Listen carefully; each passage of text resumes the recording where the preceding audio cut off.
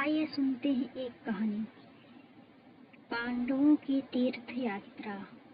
दुखी होकर उन्हीं के विषय में बातें कर रहे थे कि वहां पर लोमस ऋषि पधारे। धर्मराज युधिष्ठिर ने उनका यथोचित आदर सत्कार करके उच्चासन प्रदान किया। लोमस ऋषि बोले, हे पांडवगण, आप लोग अर्जुन की चिंता छोड़ दीजिए। मैं अभी देवराज इंद्र की नगरी अमरावती से आ रहा हूँ। अर्जुन वहाँ पर सुखपूर्वक निवास कर रहे हैं। उन्होंने भगवान शिव एवं अन्य देवताओं की कृपा से दिव्य तथा अलौकिक अस्त्र शस्त्र तथा चित्रसेन से नित्य संगीत कला की शिक्षा भी प्राप्त कर लिया है। वे अब निवात और कवच नामक असुरों का वध करके भी यहाँ आएंगे। देवराज इंद्र ने आपके लिए यह संदेश भेजा है कि आप पांडवगण अब तीर्थ यात्रा करके अपने आत्मबल में वृद्धि करो। देवराज इंद्र के दिए गए संदेश के अनुसार युधिष्ठिर अपने भाइयों रोहित, धौम्य, लोमस ऋषि आदि को साथ लेकर तीर्थ यात्रा के लिए चल पड़े। वे लोग नैमिषारण्य, कन्या तीर्थ, अस्त्र तीर्थ, गौ तीर्थ आदि में दर्शन स्नान आदि करते हुए अगस्त्य ऋषि के आश्रम आ पहुँचे। लोमस ऋषि ने उस आश्रम की प्रशंसा करते हुए बताया, हे धर्मराज, यह अगस्त्य मुनि एवं उनकी धर्मात्मा पत्नी लोपामुद्रा की पवित्र तपस्थली है। एक बार अगस्त्य मुनि यहाँ घूमते हुए पहुँचे तो उन्होंने एक गड्ढे में अपने पूर्वजों को उल्टे लटकते देखा। अगस्त्य मुनि के द्वारा उनके इस प्रकार से लटकने का कारण पूछने पर पूर्वजों ने बताया कि हे पुत्र, तुम्हारे निसंतान होने के कारण हमें यह नरक कुंड मिला है। इसलिए शीघ्र अपना विवाह कर पुत्र उत्पन्न करो, जिससे हमारा उद्धार हो।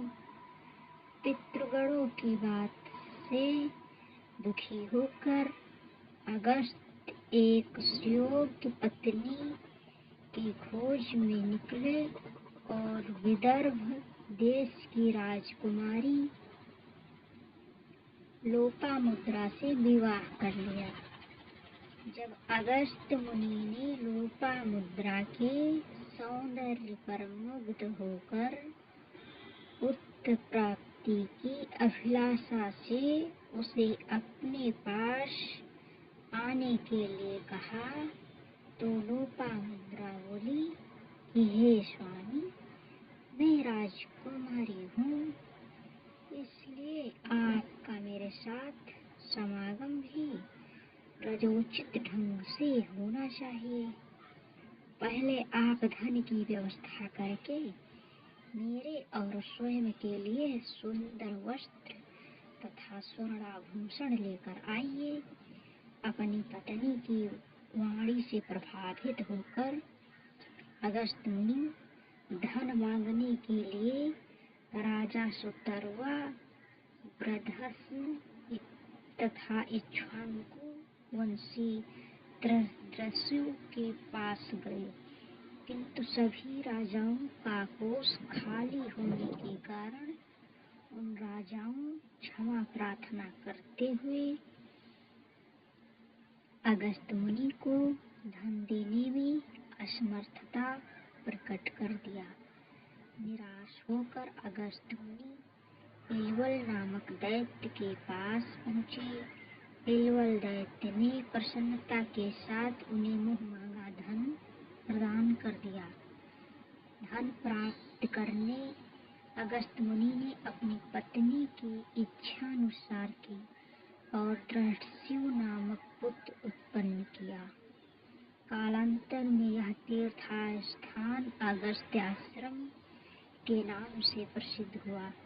इसी तीर्थ स्थान में स्नान करके परशुराम ने अपना तेज पुनः प्राप्त किया था। इसलिए हे युधिष्ठिर, यहाँ स्नान करके आप दुर्योधन के द्वारा छीने गए अपने तेज को पुनः प्राप्त कीजिए।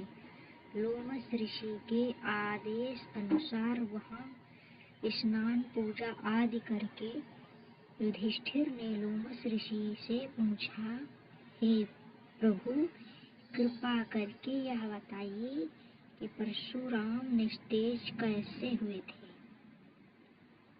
लोमस ऋषि ने उत्तर दिया, धर्मराज दशरथ नंदन, श्री राम जब शिव जी के धनुष को तोड़कर सीता जी से विवाह कर अपने पिता, भाइयों, बरातीगण आदि के साथ अयोध्या लौट रहे थे तो एक बड़े जोरों की आंधी आई, जिससे वृक्ष पृथ्वी पर गिरने लगे। तभी राजा दशरथ की दृष्टि भृगुकुल के परशुराम पर पड़ी। उनकी वेशभूषा बड़ी भयंकर थी। तेजस्वी मुख पर बड़ी बड़ी जटाएं बिखरे हुए थे। नेत्रों में क्रोध की लालिमा थी। कंधे पर कठोर फरसा और हाथों में धनुष बाण थे। ऋषियों ने आगे बढ़कर उनका स्वागत किया और इस स्वागत को स्वीकार करके वे श्री रामचंद्र से बोले, दशरथ नंदन राम, हमें ज्ञात हुआ है कि तुम बड़े पराक्रमी हो और तुमने शिव जी के धनुष को तोड़ डाला है और उसे तोड़कर तुमने अपूर्व ख्याति प्राप्त की है। मैं तुम्हारे लिए एक अच्छा धनुष लाया हूँ। यह धनुष साधारण नहीं है, जमदग्नि कुमार परशुराम का है। इस पर बाण चढ़ाकर तुम अपने शौर्य का परिचय दो। तुम्हारे बल और शौर्य को देखकर मैं तुमसे द्वंद्व युद्ध करूंगा। परशुराम की बात सुनकर राजा दशरथ विनीत स्वर में बोले, भगवान, आप वेदविद स्वाध्यायी ब्राह्मण हैं। क्षत्रियों का विनाश करके आप बहुत पहले ही अपने क्रोध का शमन कर चुके हैं। इसलिए हे ऋषिराज, आप इन बालकों को अभय दान दीजिए। किंतु परशुराम जी ने दशरथ की अनुनय विनय पर कोई ध्यान न देते हुए राम से कहा, राम, संभवतः तुम्हें ज्ञात नहीं होगा कि संसार में केवल दो ही धनुष सर्वश्रेष्ठ माने जाते हैं।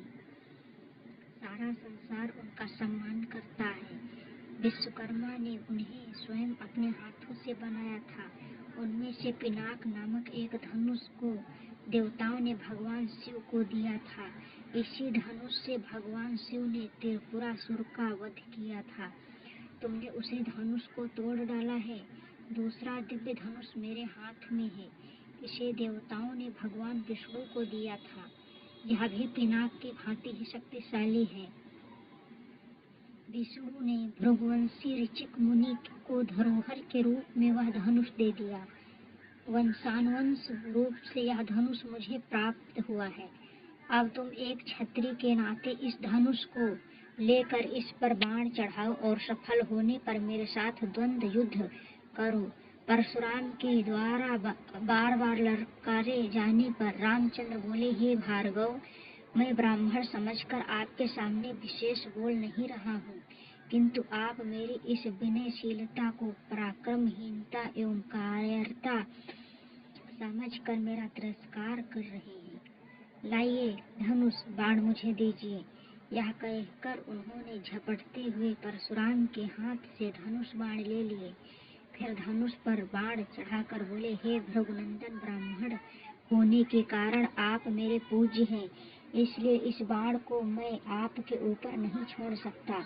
परंतु धनुष पर चढ़ने के बाद यह बाण कभी निष्फल नहीं जाता, इसका कहीं न कहीं उपयोग करना ही पड़ता है। इसलिए इस बाण के द्वारा आपका सर्वत्र शीघ्रता पूर्वक आने जाने की शक्ति को नष्ट किए देता हूँ। श्री राम की यह बात सुनकर शक्तिहीन से हुए परशुराम जी विनय पूर्वक कहने लगे, बाण छोड़ने से पूर्व मेरी एक बात सुन लीजिए। क्षत्रियों को नष्ट करके जब मैं यह भूमि कश्यप जी को दान में दी थी, तो उन्होंने मुझसे कहा था कि अब तुम्हें पृथ्वी पर नहीं रहना चाहिए, क्योंकि तुमने पृथ्वी का दान कर दिया है। तभी से गुरुवर कश्यप जी की आज्ञा का पालन करता हुआ मैं कभी रात्रि में पृथ्वी पर निवास नहीं करता। हे राम, कृपा करके मेरी गमन शक्ति को नष्ट मत करो। मैं मन के समान गति से महेंद्र पर्वत पर चला जाऊंगा, किंतु इस बाण का प्रयोग निष्फल नहीं जाता। इसलिए आप उस अनुपम लोकों को नष्ट कर दे जिन पर मैंने अपनी तपस्या से विजय प्राप्त की है। आपने जिस सरलता से इस धनुष पर बाण चढ़ा दिया है, उससे मुझे विश्वास हो गया है कि आप मधु राक्षस का वध करने वाले साक्षात विष्णु हैं। परशुराम जी की प्रार्थना को स्वीकार करके राम ने बाण छोड़कर उनके द्वारा तपस्या के बल पर अर्जित किए गए समस्त पूर्ण लोकों को नष्ट कर दिया और इससे परशुराम भी निस्तेज हो गए। फिर परशुराम जी तपस्या करने के लिए महेंद्र पर्वत पर चले गए। वहां उपस्थित सभी ऋषि मुनियों सहित राजा दशरथ ने रामचंद्र की भूरी भूरी प्रशंसा की।